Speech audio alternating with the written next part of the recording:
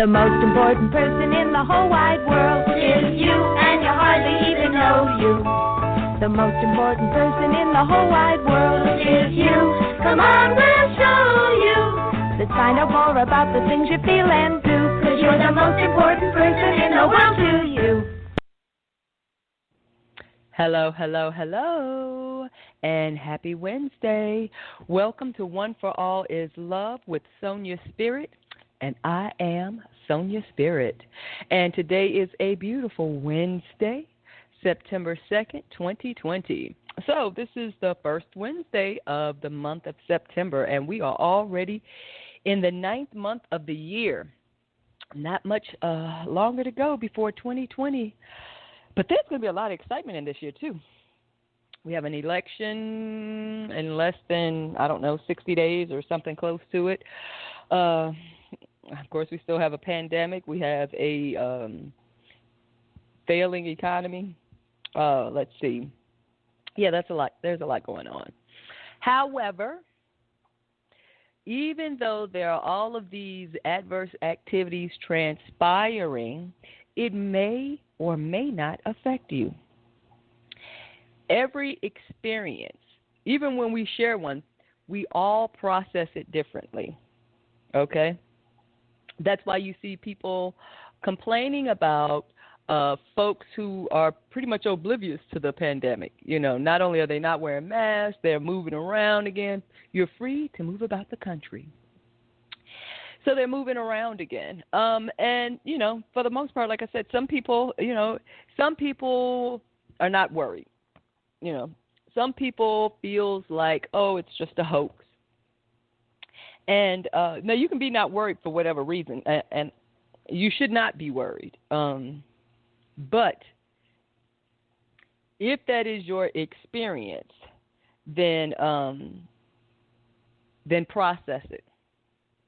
And learn from it and grow from it, okay? Because all experiences are not the same. We are all here to learn different lessons. We are all here to grow into being, of course, the best soul that we can be and raise our vibration level. Okay, so that brings me to today's show. So today's show is titled, All is Mind, the Universe is Mental. And as the description reads, God is consciousness and so am I. There is no separation between God and I, and yet many of us still feel disconnected. Why? In this episode, I will discuss consciousness from its individual embodiment and the upwardly spiraling hierarchy of frequency vibrations. We can tune ourselves to higher levels of consciousness, imagination, inspiration, and intelligence. Pursuit of higher levels will guide us to a spiritual path or exposure to several paths. And then you get to choose.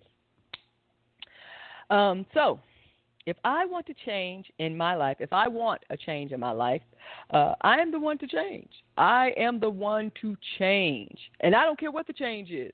If you want to get rid of someone, if you want someone else to change, you know who has to change? You do. You cannot change anyone else. I cannot change anyone else. The only person I can change is myself. Now, why is that important? Because how I change myself may or may not put people in a position to change their response to my behavior. So, you cannot change anyone else. Now, I know parents try, and they get away with it, and I think that's probably our false sense of security. As parents, when we have small children, of course, we have basically assigned ourselves as the authority over them because we gave birth to them. Anyway, but yeah, when you force someone to do something, it doesn't work. It's never worked. And as parents learn, it doesn't work with teenagers. You can only get away with it the first maybe, 10 years. Now, if you're lucky, maybe till they're grown and gone. It just depends on the household. But what I'm saying is, excuse me, Oh, shucks, I lost my train of thought. Okay, so anyway, getting back, if I want to change, and that's where we stopped, if I want to change my life, then I have to change myself, period. And when I change myself, what happens is people will respond to me differently. Why is that? You're still the same person, but your energy has changed. Your attitude has changed. Listen, we detect all kinds of things outside of our senses, okay? We are not limited or reduced to the five senses. There's so much more to us than that. And so, believe it or not, this is not a hard sell. We feel each other's energy. That's why someone who rubs you the wrong way, they enter a room and your whole disposition will change. Now, it may not be noticeable to anyone else, but your energy will change. That's because you are responding to an energy presence, one that you don't particularly care for. So you have a reaction to just some energetic presence, just it being present. So, and it happens, like that all the time. And the same thing happens with attraction. Two strangers may be in the same room at the same party, and just for some odd reason, by coincidence or happenstance, which of course does not exist, they meet. However it transpires, however it unfolds, but they meet. And they get together. And these things are not coincidences. And look, and if you think about it, and you may not know some people, but I know a couple of people, and I also talk to a lot of people because part of the work, some of the work that I do is interviewing people over the phone. And they share a lot of personal history with me. It's part of the job, not because... Anyway, so it's part of the job. And so, and part of that disclosure is I find that it is not uncommon. Now, it's not running rampant, but it's not uncommon for spouses to marry, divorce, and then remarry each other. Okay?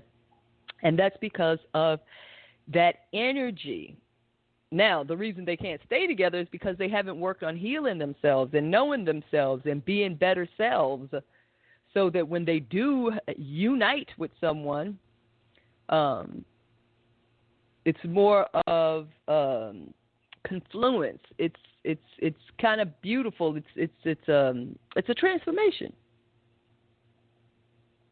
It's a transformation of two single souls into now a new unit, so to speak.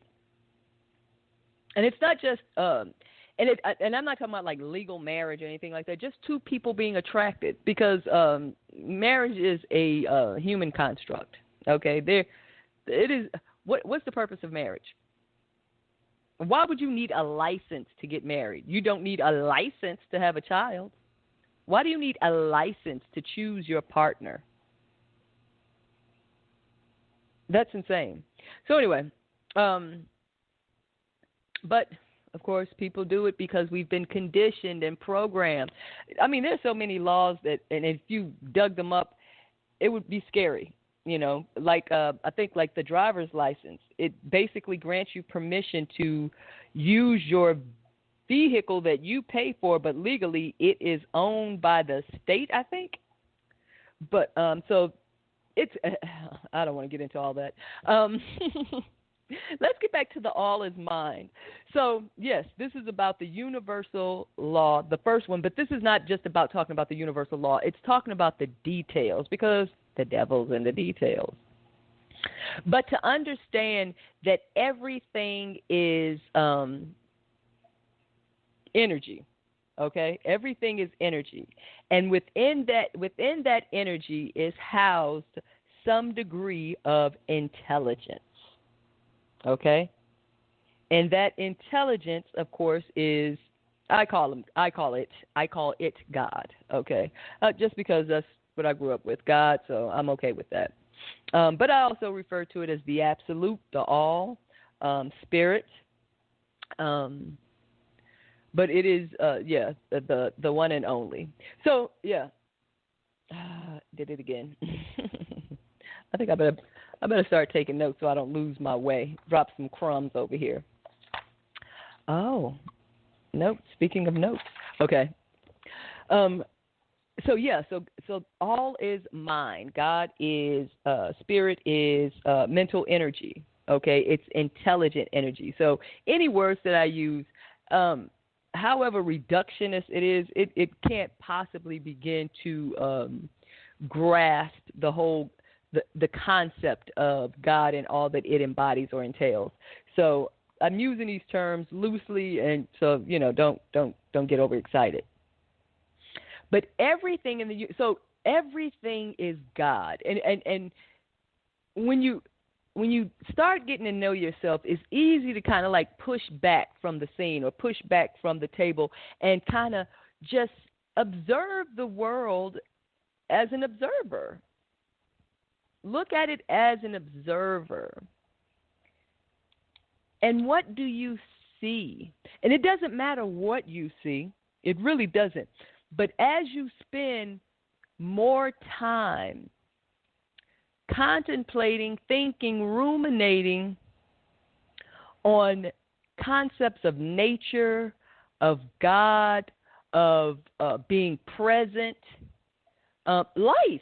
We get so caught up in the materialism of life because, of course, as I've mentioned before, we have limited ourselves. We have imprisoned ourselves. We being humans have imprisoned ourselves with our being programmed, our limited program. We think we are just physical beings, and that's it. And when we die, the party is over. That's why we're so broken up when someone dies.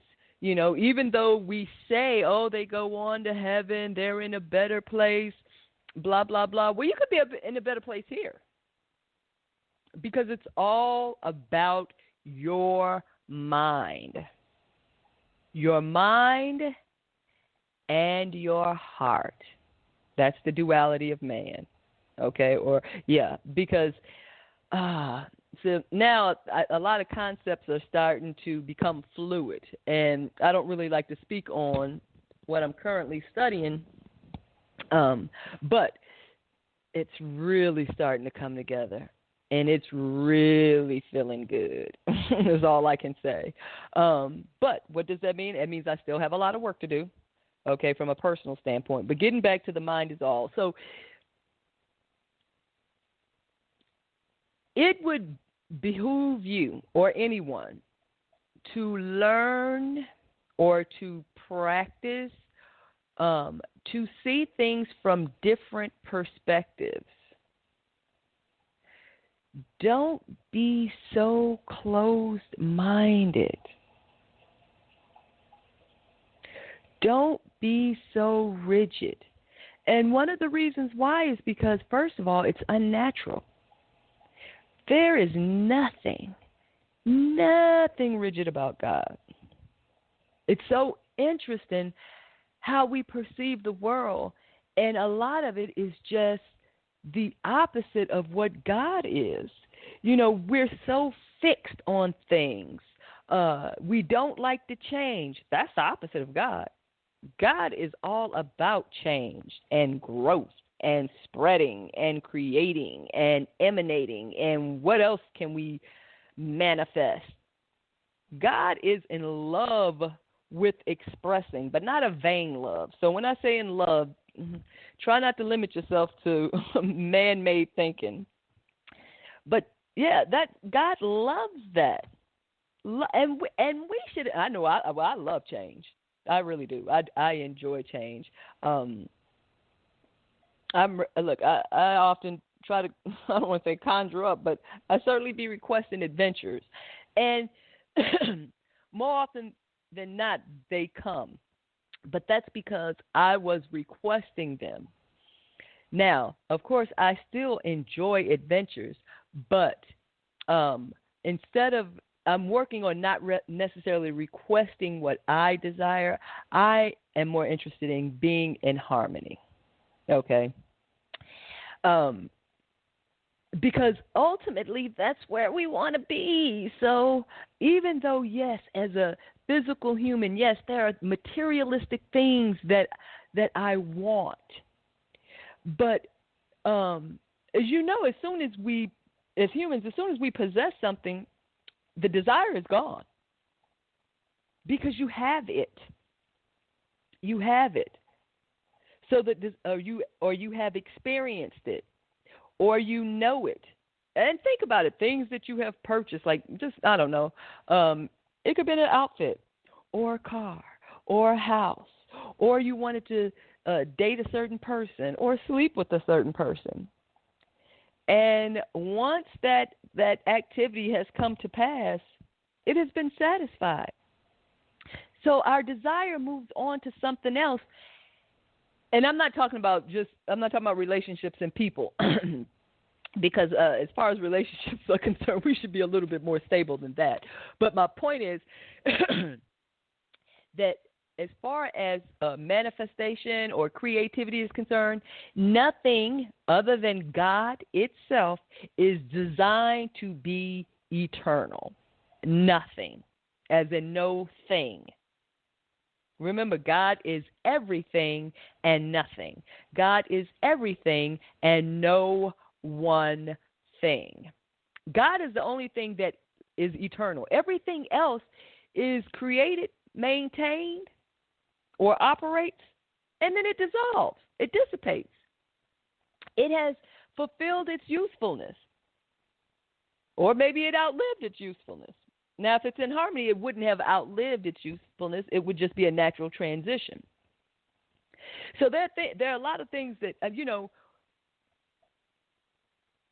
just, I don't even know how to explain it. Okay, before I start going down another rabbit hole. So let's focus on the hierarchy. We have what we want to do as Know Thyself students, as spiritual healers. One of our objectives, of course, is to raise our own vibration. And we all have the potential to do it, that it exists in all of us. Now, whether or not we do it is another story. Like I said, knowledge is only half of wisdom. The other half is application. Otherwise, it's just knowledge. Anyway. Oh, gosh. This is one of those days. But getting back to where I said I want to be in harmony, and then I started talking about desire. So my long-term goal, objective, is to be in harmony. So by that being my long-term objective, well, it just means it's going to take a long time to get there, because when you make up in your mind you want something, you really want it right then and there. And trust me, I've tried to find all kinds of shortcuts, and no, they don't exist. And for a long time, I thought witchcraft was a shortcut, and it was in terms of manipulating energies. But I guess it's not really what I wanted. I'm looking for something else. Okay, and I'm not going to forget about talking about the Sacred Woman Circle. Also, before I get off the show. Because that was interesting over the past weekend, too. But let's get back to God.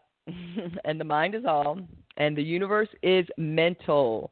Okay, so we all share in this consciousness. All of us human beings, we all 7.5 billion, however many populates this planet, and whatever other intelligence out there. But right now I just want to kind of focus on Earth, okay? Because I want us to on healing ourselves, and we have the capability of doing that, but we're so distracted and pulled in so many different directions. And it's by design, and not by God's design, but, everyone has an agenda. So even going back to what I was saying about, my long-term objective is to be in harmony. Basically, because it's the long-term goal of anyone to be, and when I say long-term, I'm talking about the end game, okay? Is to be in oneness with God. So, think about how long humans have been around. And look at how much progress and little progress they've made between different iterations of humankind, okay, because this is not the first iteration of humankind. So, ultimately, we all want to be in oneness with God. But it's not like that's going to be something that happens overnight or in any lifetime, any one lifetime. So, initially, of course, you see things and you want things and you have desires, and a lot of it is materialistic because that just happens to be the plane that we dwell on right now. And as a human, particularly when you think that that's all you are, it's easy to get caught up in the mundaneness of our life, this physical existence, wanting to have nice clothes, and basically all we're doing is showing off to each other. You think God is impressed by a house or a house full of furniture or, oh my God, or formal education? You think God is impressed with any of that? You think any of that matters? No. What matters is, how do you serve God through your fellow man? So we all share in the same consciousness. All of us share in the same consciousness. That's why more than one person can have this ingenious thought, this new creation or invention, something never considered or contemplated before, because it's out there. It is out there. And it's available for anyone. All you have to do is entertain it. What do you think about? What do you want? You have to start focusing your attention. Whatever it is that you want, that's what you need to focus on, not what you don't want. Okay? Not what you don't want. So don't focus on bills or the lack of money. If you need work, then focus on attracting work. Now, getting back to the mind and the mental energy, like I said, sometimes I think I am the slowest person in the world. And when I'm talking about slow, I'm not talking about not moving fast. I'm talking about mentally challenged. Because, people tell you, and you've heard it 1,000 times, that the way to raise your vibration, or one way, because there is no one way, but one way to raise your vibration is through meditation, okay? Now, some of it can be guided, but it's not all meditation, because meditation can just be sitting still, being quiet, and allowing your mind to unfold, okay? Oh, we have a caller. Let's see what we have here. We have a visitor. Hello, welcome to One4ALLisLove with Sonya Spirit. And to whom am I speaking with? Hello? Hi, my name's Lisa. Hi. Hi, Lisa. How are you? Good. I just got on the phone. I had a question. Do you speak with the dead at all, like people that die? No, I don't speak with the dead. Are you looking for to get in contact with someone? That's fine. No, that's okay. I then have another question for me. I was looking to move, and I wonder what time frame you see for that, to buy a property. Oh, yeah, I'm not that person. Sorry, Lisa. I don't do astrology, so I know what you're looking for. You want to know if when is a good time to move as far as energetically.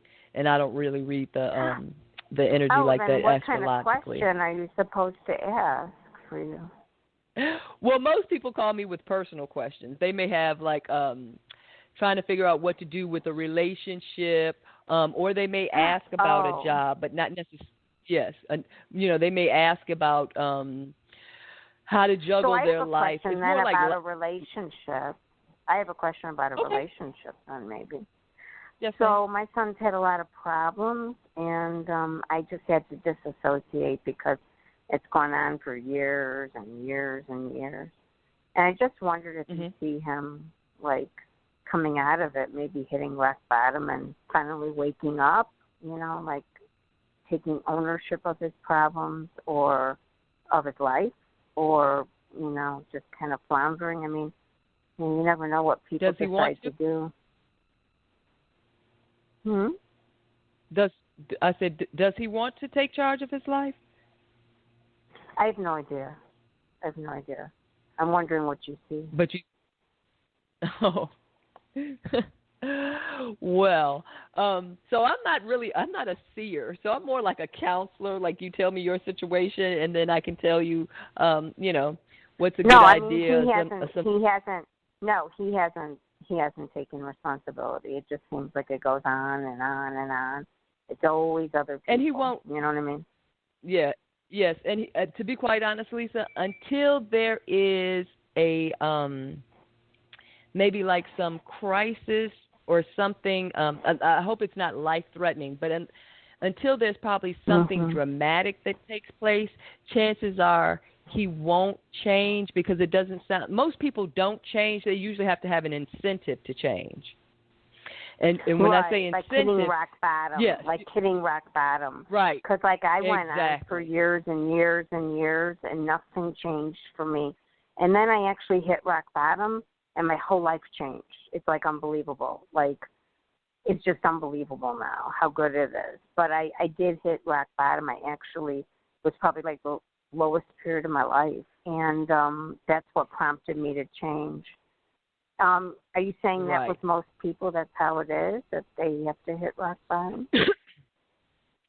Well, yes, or but it doesn't have to be that way, because it does depend on the person. Because and it depends on where they are in their life. A lot of it is personal growth. How does he see the world? Does he think that things are happening to him, or do he feel like he is control of his own destiny? People.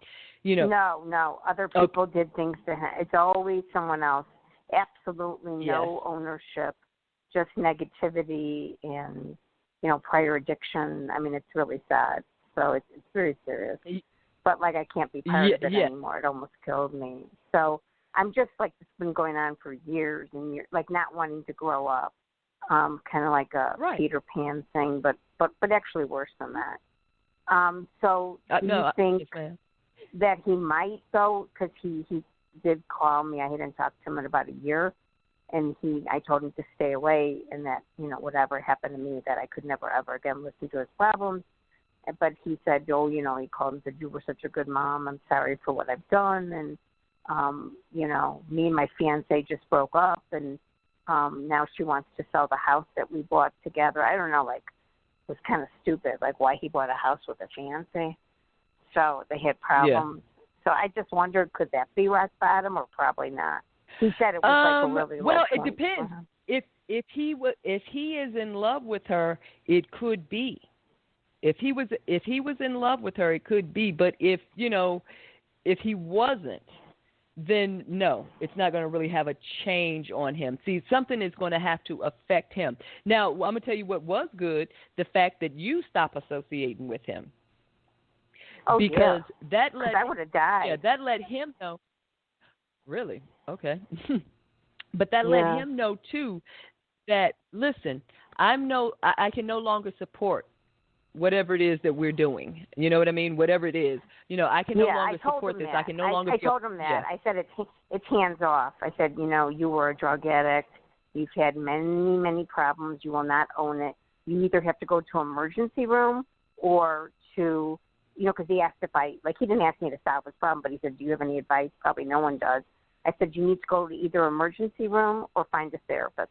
So, basically, I'm not owning anything with it, and it's all on him. So that is good. But some people never change. I know people that I had, because there's been a lot of, sickness in my family, mental illness. It's really, really sad, really mentally ill people, you can't believe. And I had to disassociate because they were so dangerous, almost psychotic. And, I mean, you don't ever want to admit that, but, I mean, it's that's what I came from. And by admitting it and finally getting over it, I'm able now to know the dangers and to stay away and that, whoever's left, my parents died, but, like the rest of the family, sisters, really sick people, really, really sick, and very dangerous. And, I just, he inherited these genes, and he made these decisions at a very early age. And I am really sad, and I'm going to pray for him, but I will never get involved again. And some people never change because, like, I know I've seen people and family members that they just never changed their whole life, and then they died. They never changed. They never owned it. They never got help, because when you're mentally sick, you have to get help. And if you don't, you can't get better. You know what I'm saying? Like if you're a narcissist or you're like borderline, there are like illnesses out there. Like, oh, you know what? I got to go. This other line's ringing. There are a lot of mental illnesses out. Yes, there's a lot of mental illness out there that isn't severe. There's a lot of people walking around with mental illness to the extent that they have baggage that they need to release because it's holding them back. And so with him, I mean, for the most part, like I said, he'll have to change on his own. But generally, something will have to happen. And you're right. He could go his entire life without becoming a better person. And it does happen. However, it doesn't, even though they may get through this lifetime, because we all keep coming back, because we all have lessons to learn. We all have to grow as spirits. So when he comes back, his life will be different. And but it's interesting now because he sounds like he's playing the victim now, that everything happens to him and it's always someone else's fault why he can't get ahead. And see, like you said, people have to take ownership for their life. You have to take responsibility for the life that you have for whatever reason. And I know many of us want to blame our parents, but they were just as screwed up. You know what I mean? They did the best that they could at that time. No one is given a handbook on how to parent. The one person who wrote a book didn't even have kids. Who was that, Dr. Spock? He didn't even have children at the time in the 50s. So I think you're doing the right thing, though. You sound healthy. You sound like you're in a better place, and you know enough to keep the distance between you and him because he's not helping you. He's not supporting you. He's not encouraging you. Hello? Lisa? Uh-oh. Did I lose Lisa? All right. I think Lisa is gone. Well, it was a good conversation anyway. So, but relationship, that was a good question. She had a great question. Will he change? Will someone change? And we were just talking about, I was just talking about that earlier in the broadcast. Most people do not change. They have to have an incentive to change. And usually it's something dramatic. Like she said, most people have to hit rock bottom. Now, of course, everyone's rock bottom looks differently. So whatever rock bottom is to you, okay? But yes, oftentimes people have to hit rock bottom. Guess why? Because you can't go any lower. The only thing you can do is pick yourself up or die. And dying, let me tell you, ladies and gentlemen, does not get you off the hook. Why? Because going back to the universe's mind, everything that we do, first of all, there is no privacy, okay? So get over that, folks. There is no privacy. We're sitting around talking about, the government is invading our privacy. Listen, we share a consciousness with the Creator. What privacy do you think you possibly have? The Creator knows you dig in your booty, scratch underneath your armpit, don't brush your teeth every day. Now, your neighbors may not know. Your coworkers may not know. It may not be broadcast on the news, but God knows. Spirit knows it all. That's, and that goes for everything. All kinds of, when we steal, we lie, we cheat, all of this negative behavior, these vibrations on the lower level, because that's all they are, these lower vibrations. Listen, if you don't want to operate on that level, then start raising your vibration. And there are plenty of ways that you can do it. You can change your diet and go towards a much more natural, raw, plant-based diet. Am I a vegan? No. Okay? But have I been a vegetarian? Yes. So, but there are things that you can do. And some people would love to do the food thing and the exercise thing. Oh, I can't remember. But there are like several paths in Eastern philosophy. There are like several paths or several types of devotees. You can have a follower or a devotee who basically focus on, reason, philosophy, intelligence. Then you have devotees who do nothing but pray and fast.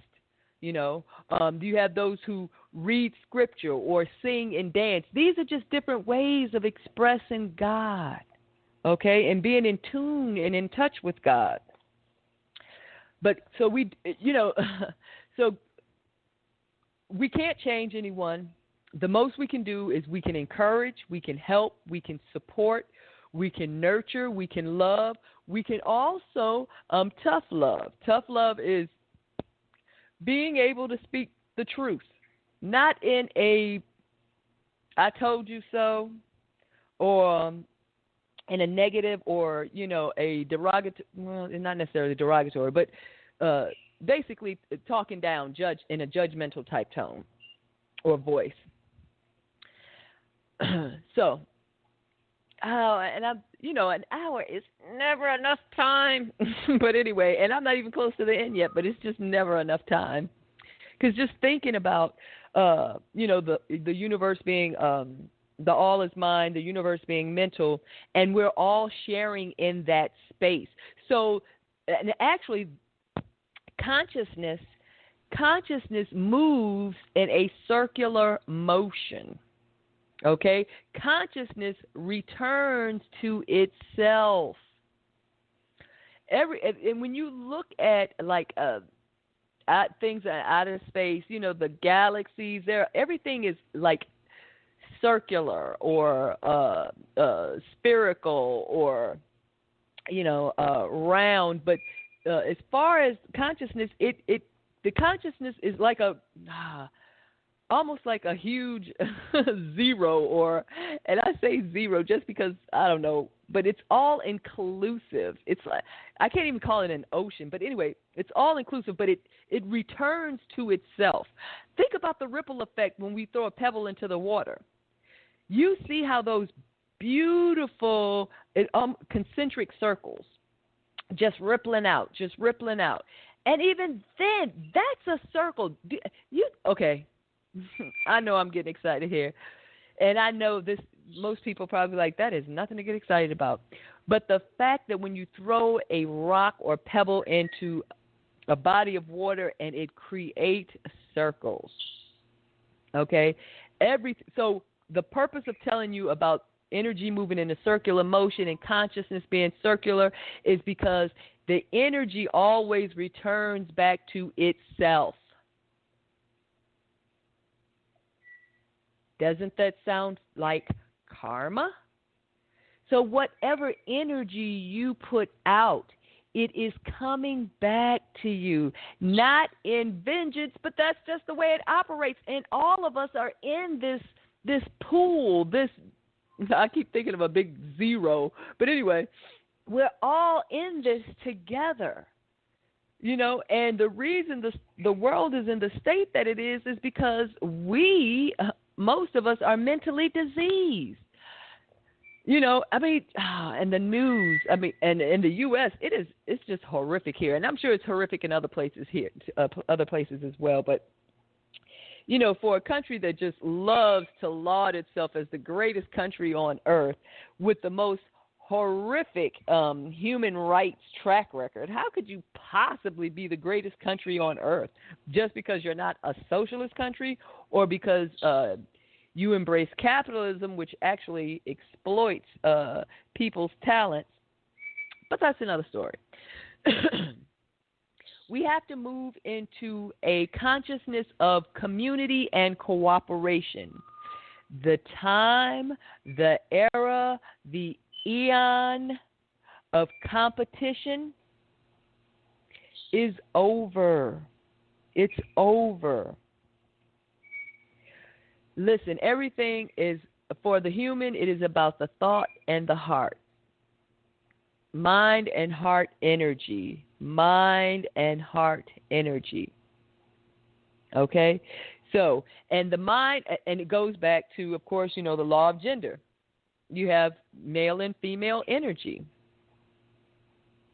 And God is male and female energy. So, listen, if you want to refer to God as a man, feel free, okay? But know why you're doing it, okay? Don't just do it because you've been programmed to do it. Why do you call God he? Do you know God to be a he? God is everything. Everything is in God.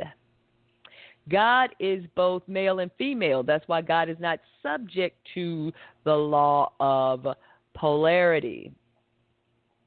See, universal laws 4, 5, 6, and 7, most of those apply to man. The law of gender. God doesn't have the male and the female. It's all one. God doesn't need the two separate energies. It can express, receive, and transform all by itself. Whereas a physical man needs a physical woman, and when they get together, then their energy can transform and yield another human being. Okay? And that concept applies to everything on the physical level. So, all right, I digress. So consciousness returns back to itself, okay? It moves in a circular motion. It returns back to itself. And so when we start really ruminating on this and embracing this concept, then it begins to sink in, and it has to sink in. That's why I say it's not just enough to have a passing thought. Part of meditating is, and ruminating, is spending time in thought. Questions that you may have. The universe is the perfect entity to ask, because you will receive your answer. It may come through a person, but you will receive your answer. And let me tell you. Okay, so I'm excited about this. So I've had a good friend for a long time. We've been knowing each other, I guess, 2002. Anyway, and she and I have talked off and on about spirituality. And when I first met her, of course, when we first met, so neither one of us were Jesus people. And but I mean, I've embraced Jesus because I understand the concept now. But before, when it was like, listen, you got to, everything is Jesus and he gave his life and it's all vicarious. Boo, that's not working for me. But anyway, getting back to my friend. So, I used to tell you have to walk your own path. Nobody can do it for you. You have a lot of questions, because she would come to me with questions, and it was basically about, spirituality and a lot of, laws, but we didn't talk about universal laws. It's all through actual examples of life, okay? And I told her, I said, listen, throw your questions out there to the universe. I said, when you first get started, it'll be difficult, and she agreed that, she was like, I need to know that this is a message from God, but she emphasizes that when she makes her request too, that I need to see blue butterflies because they're uncommon. So when she starts getting one particular time when she wanted an answer to something, she asked for blue butterflies. And when the answer had presented itself, so that the blue butterflies also showed up. Okay, and so for her, that was awesome, because she's not one who grew up in the church, and her elders. She didn't grow up in the church, and her elders, of course, the ones who did, they're trying to convince her that the devil this and the devil that. But now she's on her own path. And she said the other day that she had asked a question and the answer came through someone, but she knew it was God talking to her. And I know it doesn't sound like a big deal, but that is progress. If you knew it like I did, that is progress. And it's probably only happened over the course of maybe a couple of years. But when we converse, the more I told her, the more time and energy, the more you focus on wanting to know thyself, heal thyself, develop a oneness relationship with God, develop a oneness relationship with all. Okay? Because a lot of us like to say we have a relationship with God, but yet we treat other people like doo-doo. So you can't love God and hate God's creation. It's the same with like living in the U.S. You know, you got people who claim they love the country, but they don't like the people in the country. Well, then you're just in love with the land. You ain't in love with the with the country and the culture if you don't like the people in it. So what we have, like I said, I think it was either last week or 2 weeks ago, we are going to have to learn how to love the worst of ourselves. And I mean that individually as well as collectively. We have to learn to love the worst of ourselves. And what I mean by that is not beating up on ourselves, but on a personal level, we all have things that we want to work on, or there are things that we don't particularly care about ourselves. But if we haven't done anything to change it, we just stop talking about it because, you know, why are you complaining? You haven't done anything to change it. But then collectively, we have to love the worst of ourselves. And like I said, I mentioned this a couple of weeks ago, the domestic abusers, the pedophiles, the alcoholics, the drug addicts. These people are in pain. These people are in pain too. And just because we don't like the way they express their pain, which I understand why, because their pain causes more pain to others. Okay, so I get that. But they're also in pain too. I mean, you can accidentally fall down and knock somebody down. So you may have fallen, or let's say you were in pain and you accidentally fell down and knocked someone down, and you fell down because you were in pain, but you knocked someone else down too. Now they're in pain because you knocked them down. I'm sure you didn't want to knock them down. And maybe some of these people don't want to be what they are. Maybe they are fighting it too. But generally, they're fighting it in isolation. That's why I said we have to learn to love the worst of ourselves so that we can all heal. I know you hear my voice cracking, but it's an emotional time. So what can I say? But yes, so we can all heal. Okay? All right. Okay, so where are we? All right, we got 11 minutes to go. And we're still talking about the mind and all. But this is so important because if you're not into universal laws, if you're not familiar with them, or science of mind or anything like that, then this may be new news to you. But it's certainly not new news, okay? And this mind that we possess is the same mind as God's. Now, God knows how to use its mind. Us, on the other hand, have been programmed not to use ours. I mean, truthfully, not all of us, but many of us, and it's been by design. We live in like this system, this matrix of suppression and oppression and repression.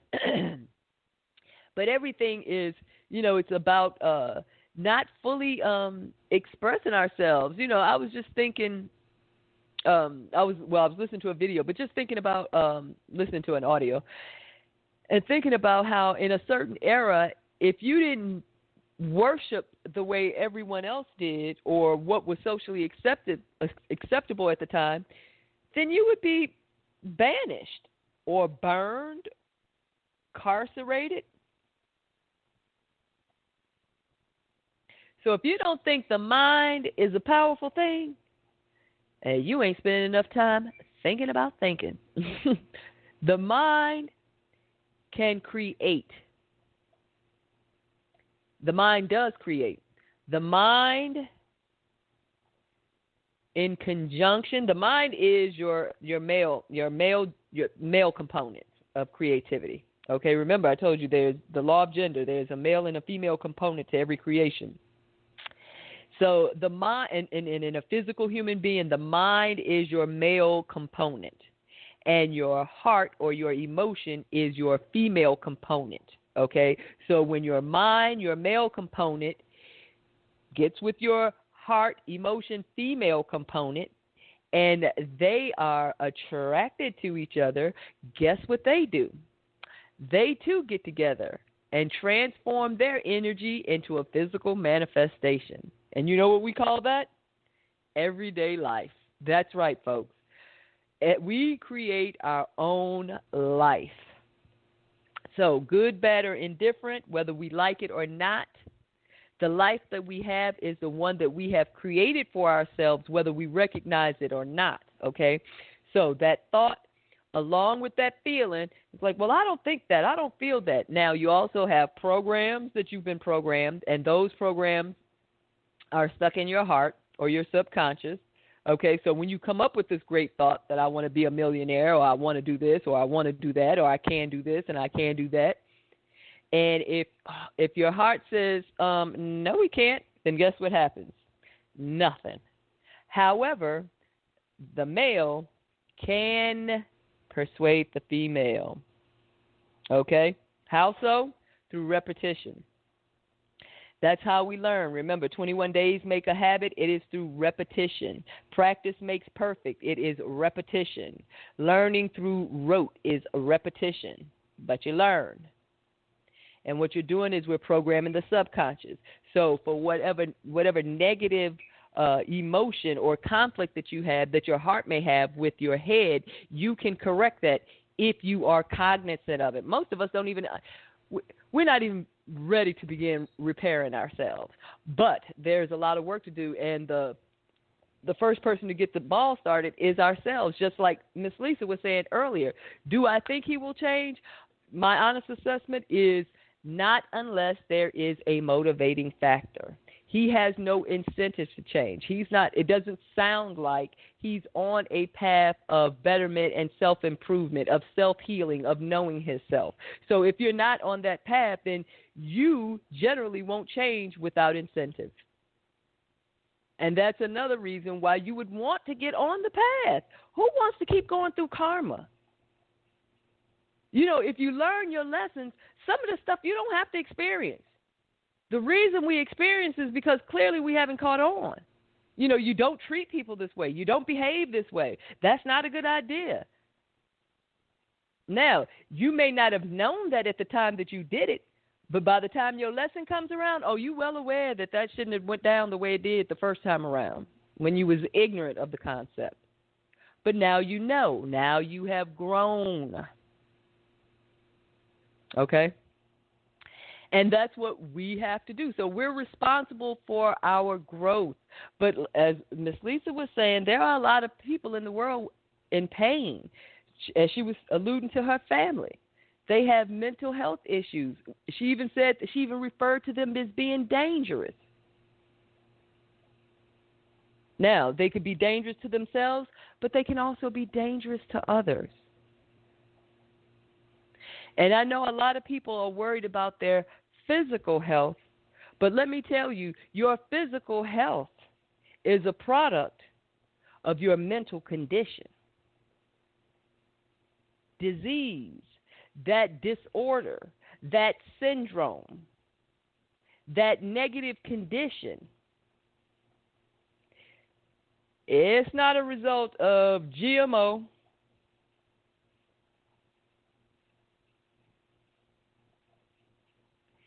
It is a result of negative thoughts over time. Negative thoughts, negative feelings, negative energy. I don't know, a few episodes ago, I had referenced an article that stated that we have between 12 and 60,000 thoughts a day. 80% of them are negative. 95, not 95 of the 80, 95 of the 100. 80 of the 100 is negative. 95 of the 100 is repetitive. So if that includes the good stuff, great.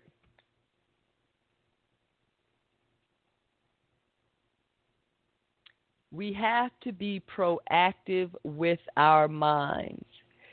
You know, our minds is our most valued commodity, our greatest asset. Because without the body, the mind and heart energy is already combined. Yeah, without the body, it's like God. It's together. And, you know, if they're attracted, they make something. If they're not attracted, they don't make anything. That's just raw energy. It's like magnets. You know, if they're attracted, click. If they're not, they repel. All of this is nature. There are so many examples of God in nature. God is nature. God is everything. Beautiful, good. But we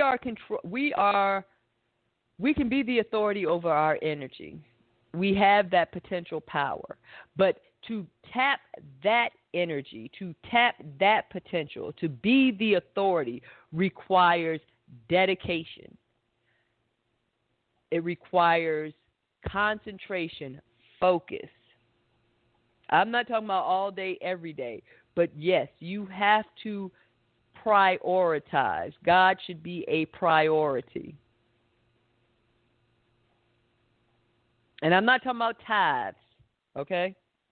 All that's well and good. Listen, does God have pockets or a bank account? I'm not talking about tithes. I'm talking about a relationship with God, not a relationship with the religious folk in your community. Now, I'm not bashing churches because they certainly are a pillar of the community. But you do not need a church to have a relationship with God. Now, a church all it should do is help encourage, foster, support, be a safe haven. Not that you need one, but to be a safe haven for your relationship with God. But it's not where you go to have a relationship with God. God doesn't live there. God is, party is over. God is everywhere, including in you and me, but God doesn't control us. I say that, but there's more to it than that. God doesn't control us. We make decisions, and it's a very dynamic universe. That's what quantum physics is all about, or some of it anyway.